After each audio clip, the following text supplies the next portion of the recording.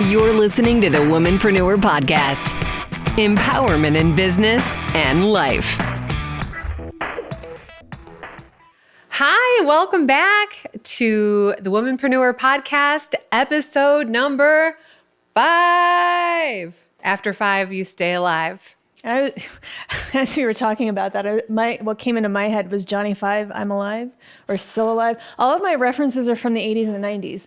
So I feel like I'm super outdated for our younger fans. We're super hip. Yeah. Whatevs. Short Circuit was a fun movie. And I always, robot. that was good. I always think after 5, stay alive, because I have a major fear of sharks. I'm terrified of sharks. And whenever we're in Florida on vacation, it's like, oh, look, it's 4:59. That's my cue to get out of the water before the sharks get ready for dinner. What are we talking about today, Melissa Modes? Yeah. Oh, my husband's reminding me to tell you guys the shark story. You want to hear a shark story? Okay. Before we jump in, we're going to hear a shark story. Okay. They don't even know what today's topic is. I know. We'll keep them in suspense.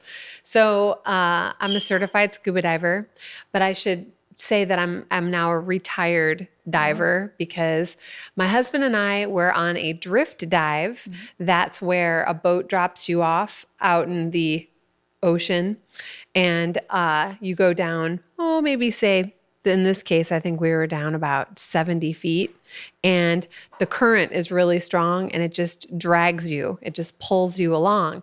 And as you're on a drift dive, you're cruising along, and then the boat picks you up on the other side. Well, my husband and I went on a drift dive together, Troy and I, and this is like probably 18, 19 years ago. He had a dive knife, so he would just stick his knife into the sand and he could stay in one spot. Well, I'm like trying to swim against the current, like staying in one place. And it was a lot of work just to stay in one place. That current was strong. And anyway, all of a sudden, out of the corner of my eye, I see this ginormous shark come up. Oh. It was a bull shark, and the visibility was not that great that day. I think it was like less than maybe 15 feet. And so just like lurking in the shadows was this massive bull shark. Just it literally felt to me like a full-size pickup truck pulled up next to me in the form of a shark with a dorsal fin. And I was like, oh my gosh, I jumped on Troy's back, and I literally was, this just so you guys know, this is the symbol for shark. If you're a scuba diver, this, okay? And I'm she is putting her hand on top of her head. Yeah. Like a shark fin. Yeah. Shark fin on hand.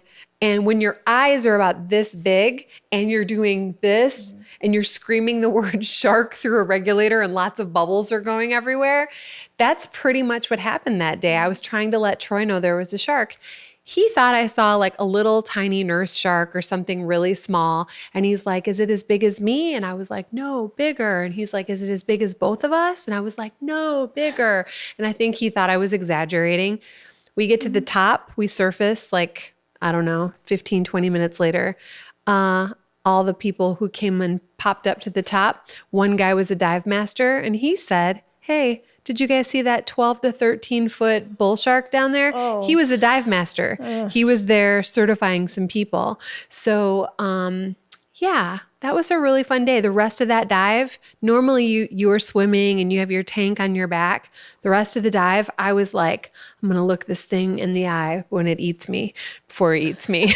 Well, I'm glad you're here. I'm glad you're still alive. Thank you. And it's interesting that you said that because you had this sort of symbol of the shark so that you could communicate with your husband. Why did I say communicate like that? We're bringing it around. That's the topic of today's episode.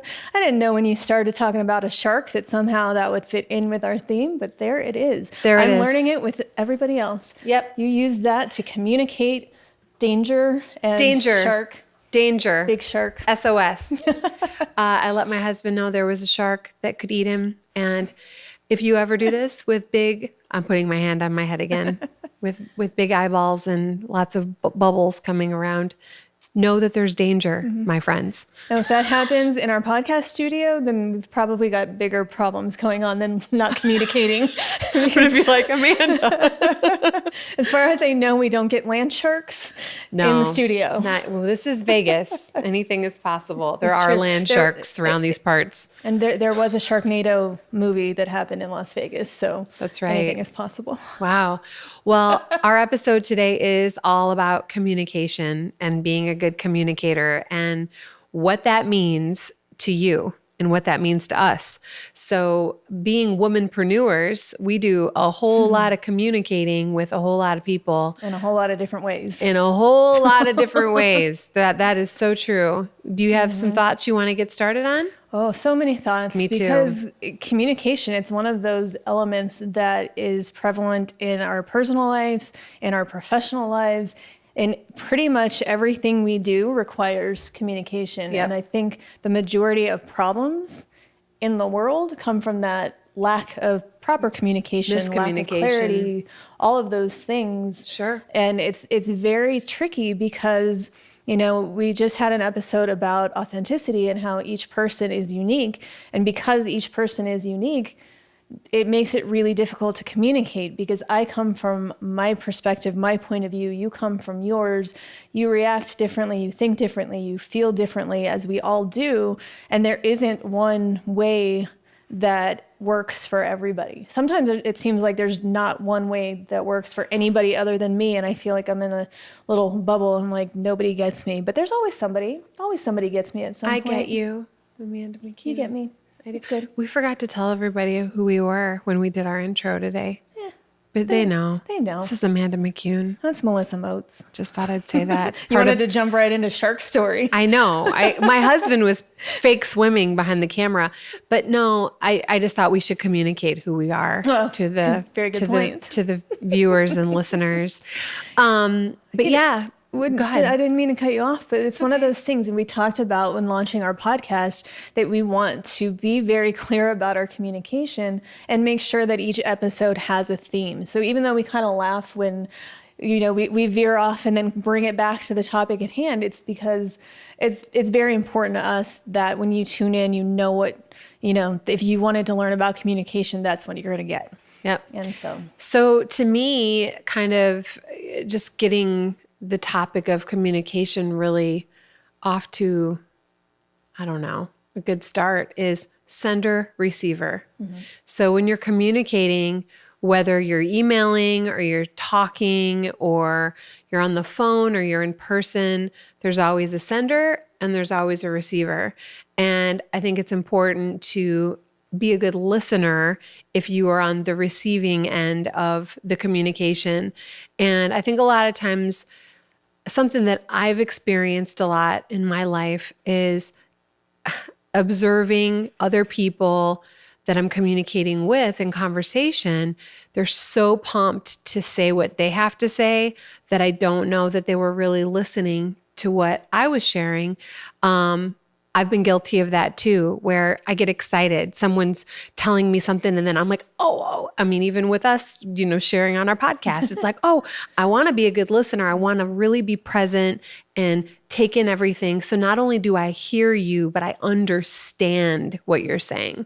And there's a quote or a meme, or there's something, maybe Brent can look it up for us, but it's something like, listen to understand, not to respond. And that's because a lot of people, that's what happens is you're here and you're talking and I'm looking at you and maybe I'm nodding my head a little bit, but in my head, I'm already thinking about what I'm going to say next. That's not really what I'm doing right now. I'm just kind of putting it in perspective. Sure. But that happens so much that it's exactly what you said. The person that you're communicating with is there but not paying attention. They're just in their head about, oh, this is what I can talk about. Brent's gonna help us out. Most people do not listen with the intent to understand. They listen with the intent to reply. And There you go. Stephen R. Covey. Stephen R. Covey. Hey, very nice, very I wise. just read or heard that recently and I thought that makes a whole lot of sense. It does. And I just, so in communicating, I think it's important to digest the information that someone is sharing with you and fully be engaged and fully listen and understand. And also, you don't always have to reply like right that's, the second. You can let there be a pause. You can ponder and think, and that's another, way to let somebody know that you're really taking in what they just shared. And also in an email response, you don't have to respond the second you get the email. That would be a really good one to talk about, huh? Or a text message. You can take a minute and digest that. Let that marinate. That's one of the nice things about written communication, emails and texts and such, is that you can sort of take your time. And I know there's a lot of people who respond emotionally, and that gets people in a lot of trouble. You read a text message or an email and you get very defensive. And so right away, because maybe you felt like the person is accusing you of something or doing whatever. And so your initial instinct is to jump right back and say, that's not what I meant, or that's not what I did, instead of, just letting it go for a minute. Let's think about it. Do you know that person? Do you really think that they were attacking you? Maybe you're reading something into it that's not there. Maybe you're just not sure. Maybe just ask the question, hey, is this what you meant by this? It's kind of hard to tell in written communication sometimes. Yeah, written communication a lot of things can get lost in translation, because I think that, here's an example.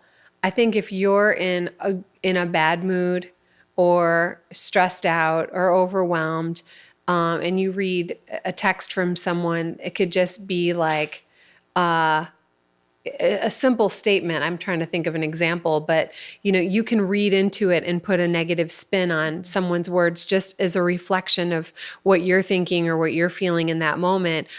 You can do the same thing with positivity. You could read it and just be like, oh, awesome. That person hates me. And I'm just kidding. I'm just kidding. But it's I hate you. Oh, they're having a great day too. Me too. Awesome. Oh. Smiley. No, but it's one of those things that I do think when people write an email or write a text, you can't really read their body language, their facial expressions, their tone of voice, all of those other things. So it is easy to misinterpret someone's message. Go ahead. I laugh when you say tone of voice, because that is something or it's not the tone of voice that's intended. My brother and I have had this problem, and it probably still drives my mom crazy. I'm not sure. But there have been a lot of times to where our tones of voice sound differently than what we intend. My brother and I are not emotionally driven people. We're very logical. I use that term robot a lot. We're just not set up that way. And a lot of times there is this huge disconnect between our facial expressions, our tones of voices, and the words that we're saying. And we used to try, our way of communicating to her was always to say, don't read into the tone of voice. Listen to what we're saying. That's what's true. It's the words that are important. But she comes from more of an emotional place. And there's always just that conflict that, we were portraying words in a certain way that she was reading them that way. And that's not at all what we meant, but it would just caused a lot of issues because, it's just a lack of communication because we were each putting our own spin on that. Well, I think that kind of comes down to communication style. Mm-hmm. And Amanda and I were talking a few minutes ago before we started rolling about there's so many different communication styles out there. I don't know if you've ever taken a test on the kind of communication style that you are or that you have. I took one recently in a public speaking class that I'm attending, and shout out to my coach, Amy Ayub, the Zen speaker. Love you, Amy Ayub. But she gives us an amazing test in the very beginning about it's really important to know your own communication style to really understand how you communicate and express yourself. But more importantly, it's good to understand the other types of communication style out there, because if you're talking to someone who's really direct and to the point, and the answer is yes or no, black or white, it's important to know, especially in business, the way that they communicate so that you can build a stronger relationship with them, because you're able to communicate with them in the way that they communicate and speak. Other people are more the gray area, the flowery, lots of, they like to be really chatty, and they like to, talk about who got kicked off of Survivor last night. Love New that season show. just started too. Just saying. I know. I love the way we both love that show. But it's one of those things that it's really important to understand different communication styles, because it makes you more aware of how to, work with them, and how to, build a relationship that really works. Can I share a little story? Please, with you? I would totally love to hear it. That concept is how I learned one of the most important things in management, or one of the most important sort of keys for me being successful at management. And it was a situation that happened at, there was somebody that started working with us when I still had this other job. And, an assignment would come in, and I would, put all the details in an email to make sure like all the information was there. It was very clear. I would send him everything in a nice email. And every single time, within 5 minutes, he'd come into my office and want to talk about all the stuff that I just wrote down. Like, I just spent this time to make sure all the possible questions had been answered. And every time, like, he would come in, and it used to drive me crazy, because I felt like I was doing double the work and what was going on. And at one point, then he had talked to somebody else and said, well, Amanda's so mean. And nobody's ever accused me of being mean before. And I just thought, wow, that's really not me at all. I wonder what's going on there. And that was that sort of realization that I had, that I was expecting him to communicate the same way that I communicate. I'm very much, I like the written word. That's easier for me. He was somebody who needed to talk things out. He needed to hear it. And so after sort of that realization, I changed my style. And when that assignment would come in, I would go talk to him about it, then go back and write the email and send that to follow up. And that it changed the whole dynamic. And for me, it was just sort of that lesson in, okay, and a lot of times this is where I feel like management gets it wrong. Because they think, well, I'm in charge, so people need to adapt to my way. And that's really not going to get you very far. So to me, it was, I can be the best manager if I can adapt to everybody else's style. And that takes a lot more work, but it just makes it so much more effective. And that is how, it just something clicked at that point. And it's that I need to be more mindful of how each individual person best responds. And then that helps our communication overall. It helps just everything. The morale was better, the efficiency was better, all of those things. And maybe if you have a ton of employees, you can't always, do everything. But I think if you make that conscious effort, and it's why it's so important that people remember that everybody working is a person, and you try to sort of, how can you help them? And it's not about I'm in charge and it has to be my way. And by trying things other ways, you learn a whole lot more. Absolutely. It's funny too, when you were describing that situation with that guy, I was thinking about the phone. Some people really like to talk on the phone as opposed to writing an email, in business. Yeah. And, I'm fine with talking on the phone. I'm fine with an email. I'm fine with a face-to-face. I love to communicate with people, but it kind of freaks me out sometimes when people call because I'm not used to it. Right. Phone rings and like, wait, what? What's is that? What is that sound? It's so foreign so now. Intrusive, but it does actually feel intrusive. Isn't it interesting now too, just even a phone call with someone? I text people first to ask them if they have a couple of minutes to chat. Right. I say, hey, do you have time to talk?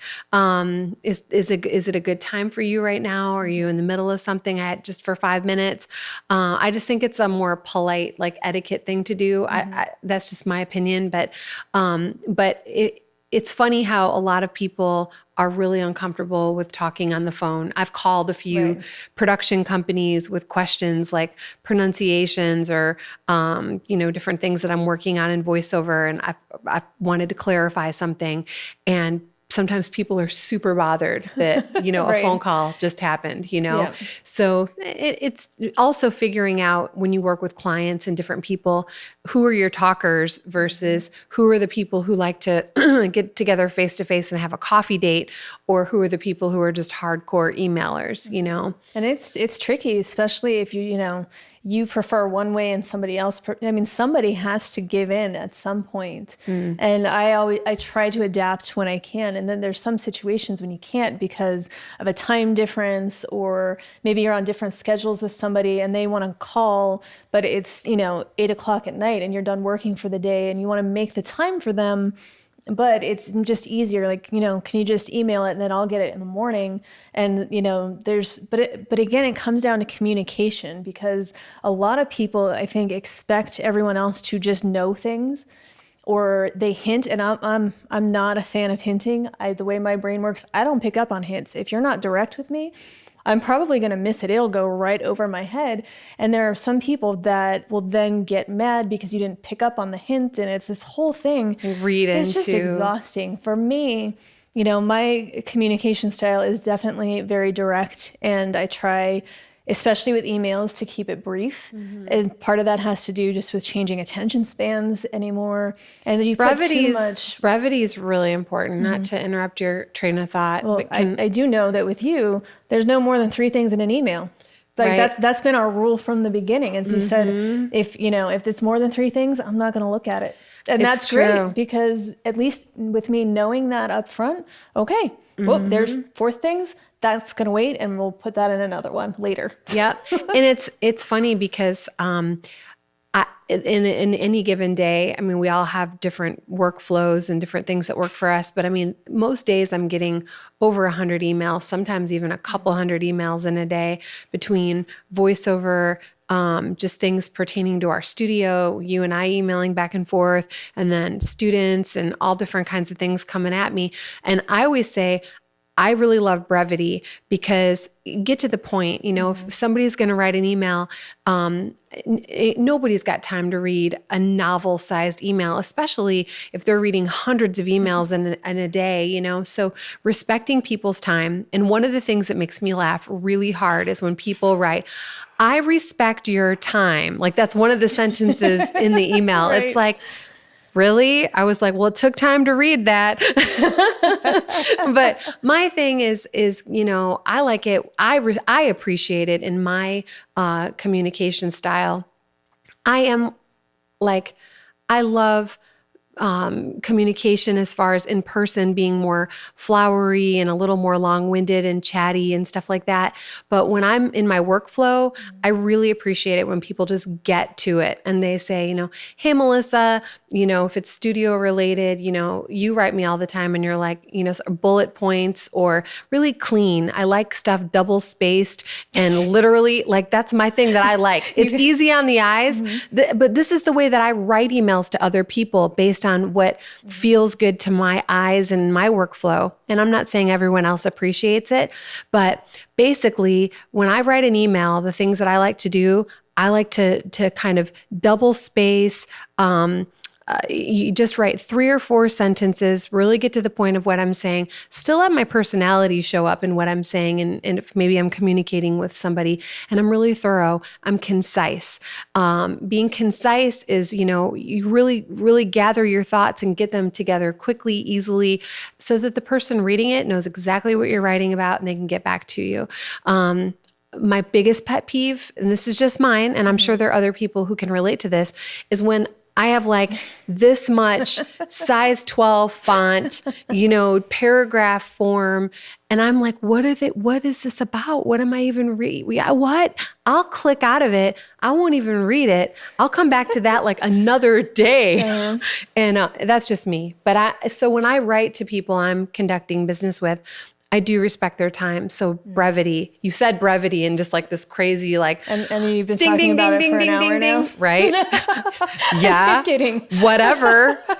driving my point home. Okay. Sorry. I'm communicating the way I feel. Different channel, different For method. sure. And that's Yeah. exactly what it is. That's For sure. And I always, sometimes I feel like I give the disclaimer, especially if I'm working with somebody new, because I don't want my brevity to be misconstrued. And sometimes it is. Sometimes there are people who want the frills, and I'm just not really a frilly person. Like, I'm not going to say, "Oh, hey, how are you?" in an email. I don't even like the question, "How are you?" But that's a whole different topic. But I don't want somebody to think that I'm mad because I didn't ask how you're doing or what's going on.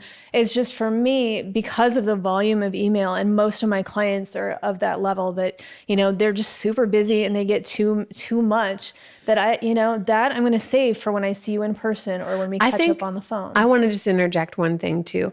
I think what we're talking about right now, this conversation, it has a lot to do with the context in which you're communicating to, because you and I, for example, we email each other multiple times throughout the day about tons and tons of different topics. We have a regular email communication going on. So for you and I, we don't feel the need to do, "Hi, how are you today?" Right. "I'm fine," winky or smiley or all that kind of stuff. But I feel like if you were greeting someone and writing to someone in a different context, I think having some kind of a little salutation in the beginning, or a little, "Hey, how are you?" or hope this email finds you well, or hope you're having. Mine is usually hope all is well in your world. Yeah, hope all is well in your world. Nothing wrong with that. I do hope all is well in everyone's world. Yeah, it's good stuff. But I think what you were referring to is these are like clients you're emailing with tons of times, multiple times a day. Right. You and I agreed early on. We're like, let's not feel any kind of offense to not asking each other how our day is going or whatever. And there are times when, because you and I are often on different schedules also, and we sort of had that talk up front that's like, look, or I'm going to be out of the country these days. And I understand that you're still going to send me emails because you need to get the stuff out of your head, but you understand that I'm not going to answer them until I get back, or whatever that is. And that is really the big thing, especially in business. It's communication is so important. It's, if you're going to be gone for an extended time, you just gotta give somebody a heads up. Like, even boundaries and expectations. Exactly. And that I think it's so important, because a lot of times, it's just people, again, each person is their own person, and they think in their perspective. And if, they don't know what the expectations are, or they don't know where the boundaries are. I mean, I have a client that would send me text messages at all hours of all time, because that's when he was working. But he didn't know. That was just his way. And then we had a chat, and I just said, hey, I normally stop work around, I just hit the microphone again. I normally stop work at a certain time each day. It would be better if you put those thoughts into an email that I can check in the morning, and I'll get back to you right away. And then if it's important or it's something you absolutely need today, of course I'm going to be here for you. Then it's okay to text. And it was fine. But it was that a lot of people are afraid to have that conversation. But then they just sort of internalize everything, and they make it into a much bigger deal. Like, this person doesn't respect my time, or, my schedule, or whatever it is, but you've never told them. And so that you need to let the key people thing. know. Being sort of, having just that confidence to say, let's have a discussion about this, because this is how I'm feeling about it.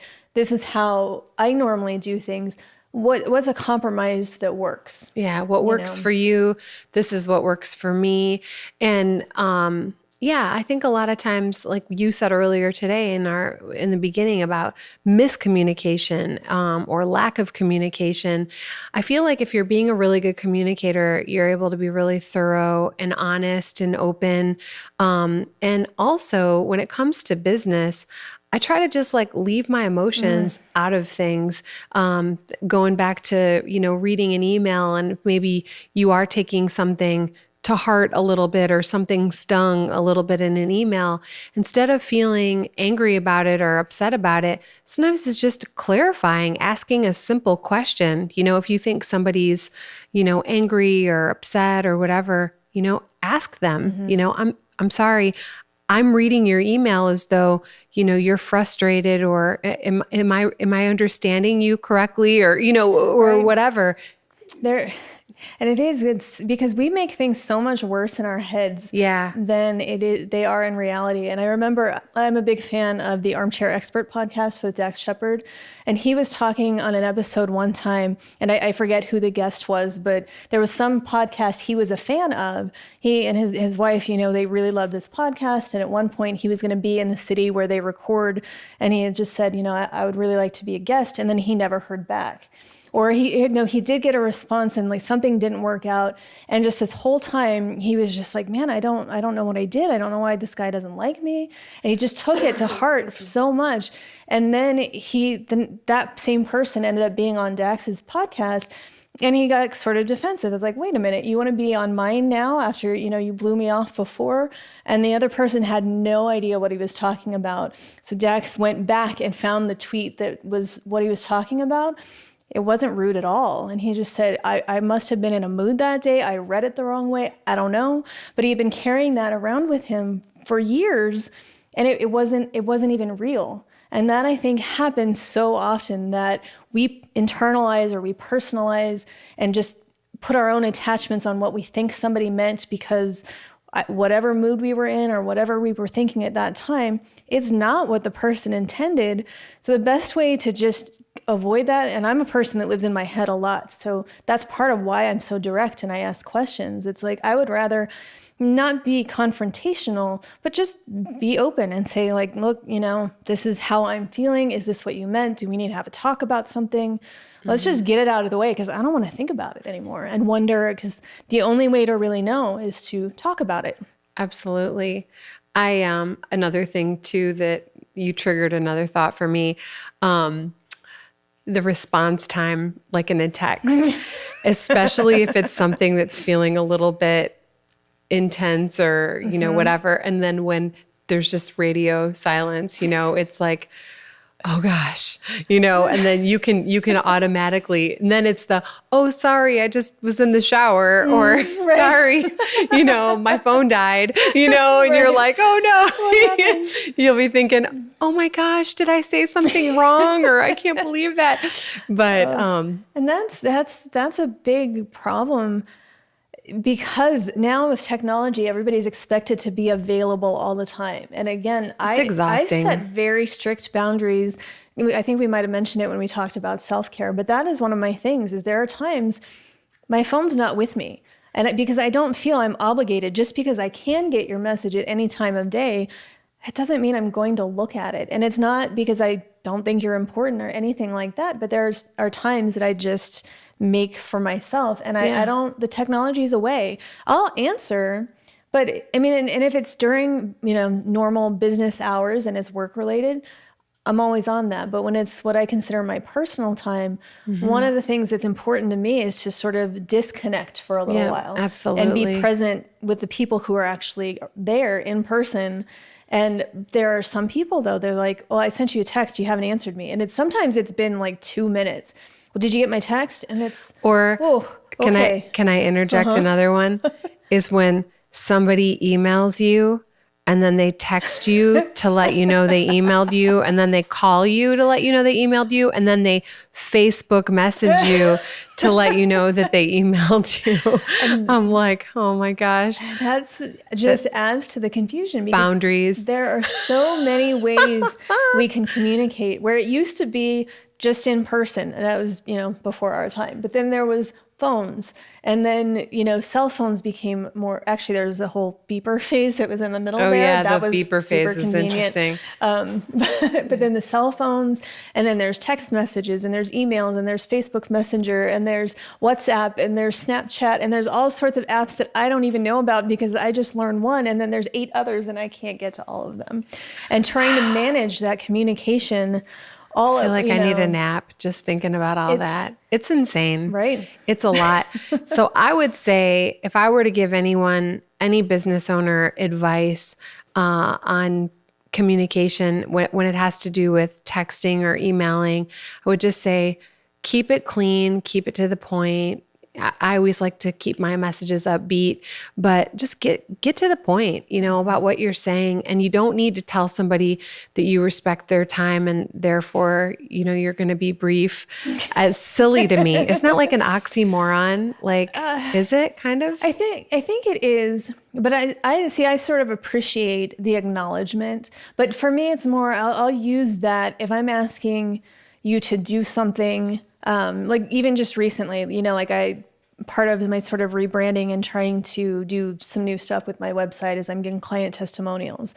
And so I'm asking people to make time for me. And that's weird for me. I don't like asking for help. I don't like asking for anything. But it's also because my business is so referral based, that communication is super important. And so, I had to kind of put this email together to ask a few people, would you write something for me? That's when I used, I know that your time is important or something to that extent. Good. But Yeah. that's like, just do it when you have time. Like there's no pressure here.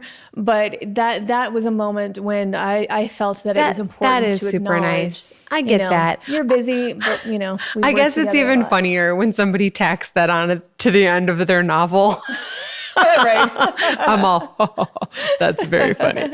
No, but, and then I would say too, in communication style, one thing I learned a long time ago when I was involved in sales, outside sales, is mirroring.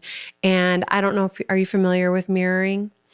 Mirroring is like if somebody is, really laid back and relaxed when they're talking to you, you get into a relaxed body language, too. It's kind of just mirroring what they do.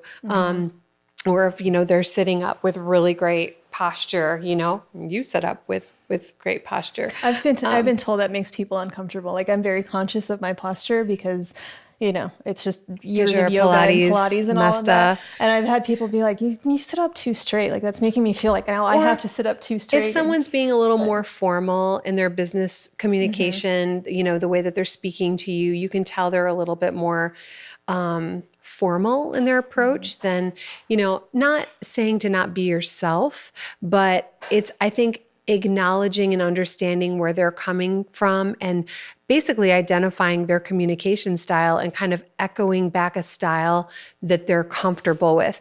Or if somebody's really casual and chatty, like here's an example I can use from my everyday life.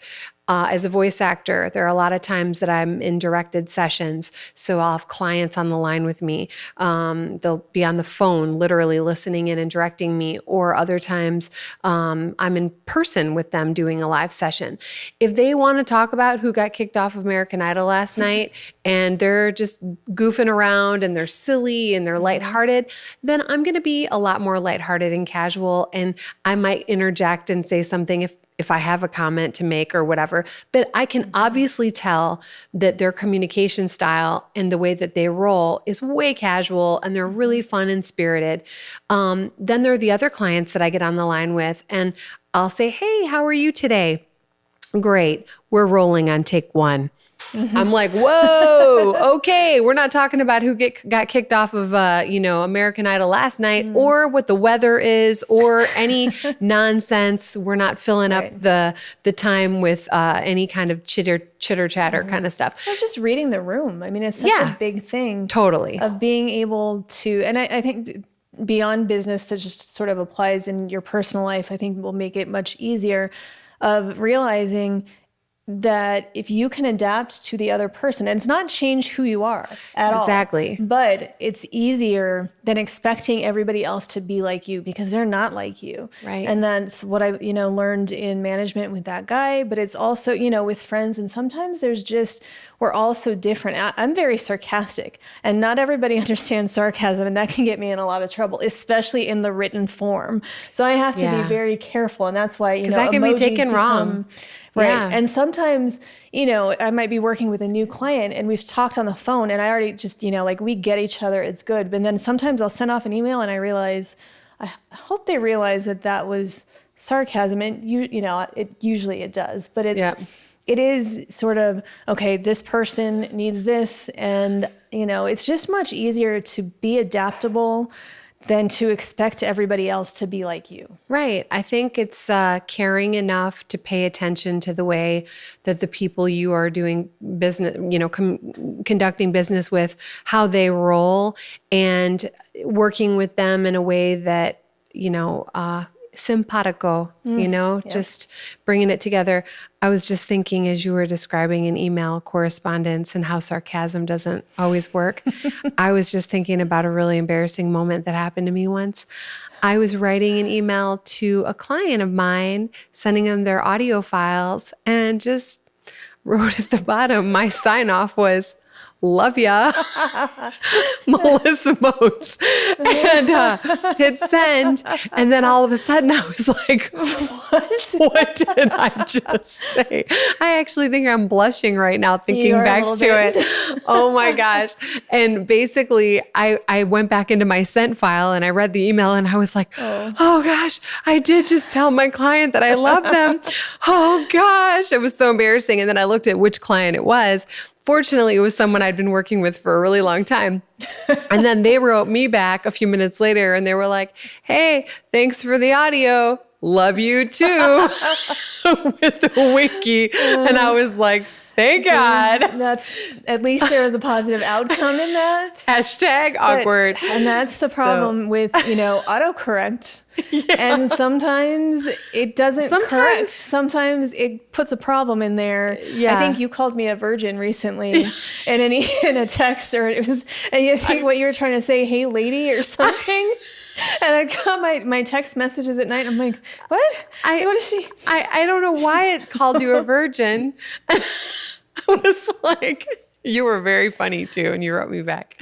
But that's at least, I think I was trying to say version or something. I don't remember you're what. probably dictating it, and it just, Yeah. And then that's why, in communication, especially when it's written, it helps to proof it at least once. Proofreading. When you're also, when you're sending professional emails, even if it's with somebody that you're on a friendly basis with, you still should always sort of put your best foot forward and be professional. Yeah. Make sure there's no typos in there, and not everybody has to have perfect grammar, but And not everybody speaks in acronyms.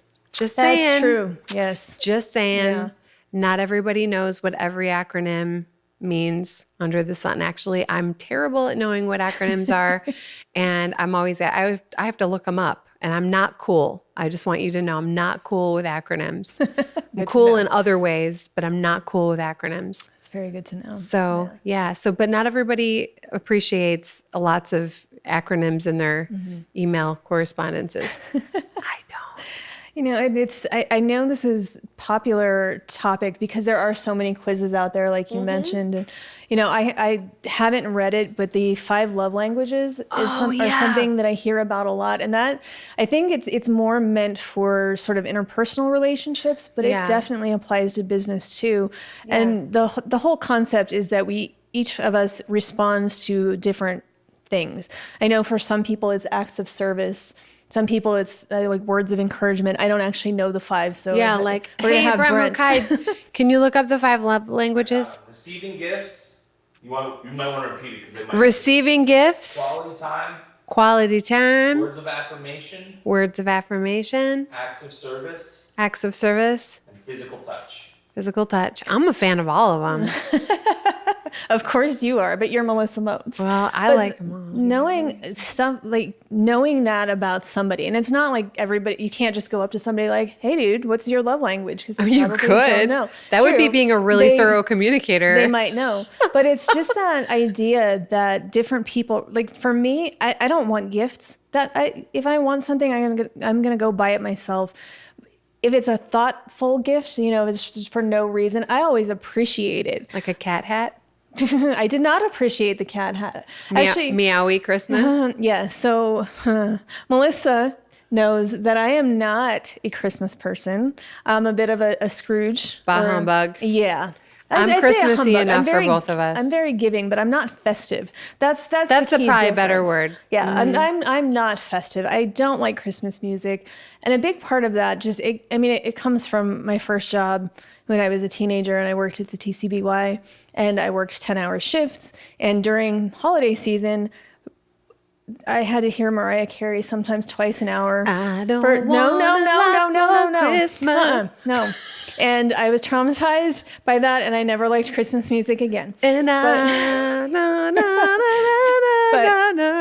Melissa Moats here is a very festive person. I know this is shocking, but she's super festive. For Christmas And she's still singing. you. So yeah, that's Baby. part of the dynamic of our relationship is she wants me to be more festive. So one of my love languages is giving gifts. So I got her a meowie Christmas hat it's for a little Christmas. hat. It has cat ears on it. You didn't throw it away, you said. No, I still have it, and I think it's glittery if I remember. It's glittery. Yeah. And so we were wrapping Christmas presents for a family that Melissa and the studio adopt every year, a couple families. So I help wrap because that's my way of helping. I don't. She wrap. gift wrapped Yeah, it. She gift wrapped. Wrapped. Now She gift wrapped. She didn't wrap like. like how? Melissa's gonna try to rap. No, for us all I don't right want to now. rap right now. I got to think of a good rap to do for you.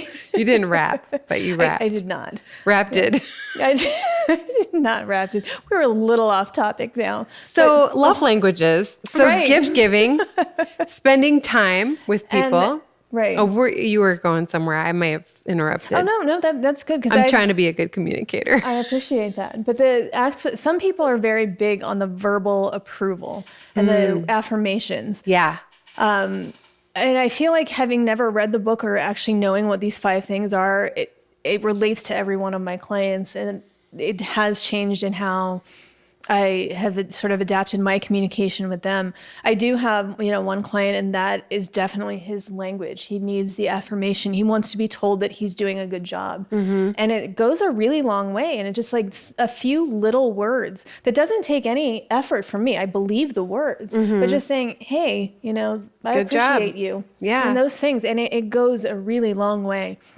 And so, Super awesome. all of those different things, and that's what it is. We're all so different, but if you're able to sort of, I already said this, but adapt to what works for somebody else, it improves the whole dynamic for both of you, because now suddenly that person is feeling, heard or respected or whatever it might be.